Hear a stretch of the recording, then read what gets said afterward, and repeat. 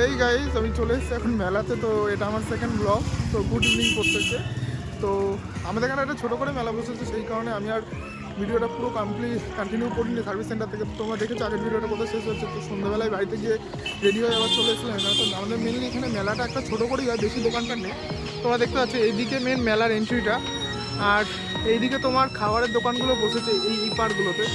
তো এখানেও খাবারের দোকান আছে। তো এখানে এন্ট্রি, তো মেলার ভেতরে ঢুকে যাওয়া যাক। তো দেখি কী আছে, কী কী বসেছে, আর কী কী যদি কিছু কেনার থাকে তো কিন্তু বেশি মেনলি কিছু কেনার সেরকম একটা নেই, কেননা আমি মেলাতে খুব একটা জিনিস কিনে, কারণ জিনিসের প্রচুর দাম হয়।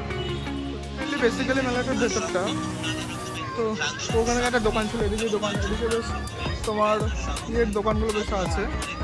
তো দেন এখানে তোমার আর একটা বেশ মেয়েদের খুব সুন্দর জিনিসপত্রের দোকান, ঠিক আছে।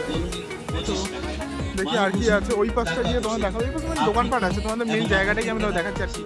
মেলার মধ্যে মেনলি বেসিক্যালি তিনটে জিনিস এসছে। তো এইদিকে তোমার এইটা তোমার হচ্ছে কলম্বাস টাইপের এই ছোট ইয়ের মধ্যে, বাট এটা ছোটো, আমি ছোটোবেলায় খুব এটাতে ভয় পেতাম উঠতে।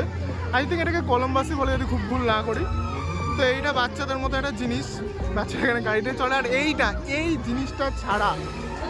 জিনিসটা ছাড়া গাইজ মেলা পুরো অসম্পূর্ণ।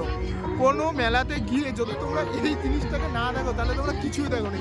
এই জিনিসটা মেনলি বেসিক্যালি প্রতিটা মেলায় তোমরা লক্ষ্য করবে, প্রতিটা মেলায়।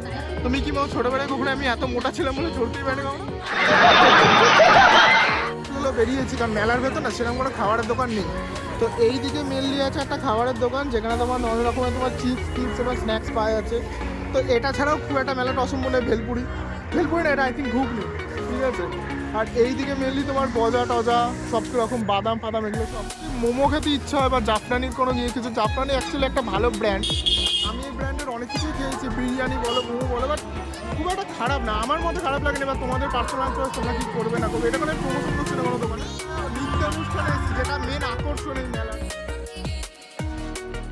ফুচকা খাবো, সেই ফুচকা তৈরি করছে ইনি। তো ফুচকা খেতে খেতে তো এখন কোনো কথা বলতে পারবো না। আমার মুখ চোখের অবস্থা বুঝতে তো ফুচকাটা প্রচণ্ড ঝাল ছিল, বাট খুব টেস্টিও ছিল।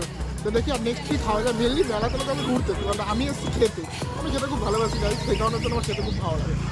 তো আমি খেয়েই যাবো কিন্তু, যে যেটার জন্য আমাকে যে ঘুরতে হবে আমার কথা নেই। তবে দেখি তো সেরকম কিছুই নেই, কারণ আমি চেয়েছিলাম একটুখানি খেতে। এর ভেতরে সেরকম কিছু একটা ছিল না। তো আর আমার অতটাও সেই হাইজেনিক মনে হলো না, সেই কারণে আমি আর ট্রাই করিনি, শুধু ফুচকাই গিয়েছি। তোমরা দেখলে ফুচকাটা অবশ্য আনহাইজেনিক, বাট তুলনা কোথের থেকে আর তো হাইজেনিক মনে হচ্ছিলো দেখে। তো যাচ্ছে ব্যাপার। তো ভিডিওটা আমি এই পর্যন্তই রাখছি। যদি ভিডিওটা একটু ভালো লাগে থাকে তো লাইক শেয়ার অ্যান্ড সাবস্ক্রাইব করো। আর পারলে ফেসবুকে ফলো করো ইন্দ্রনীল সরকার, আর ইনস্টাগ্রামও ফলো করতে ভুলো না, ইন্দ্র দ্য ভিউয়ার বলে।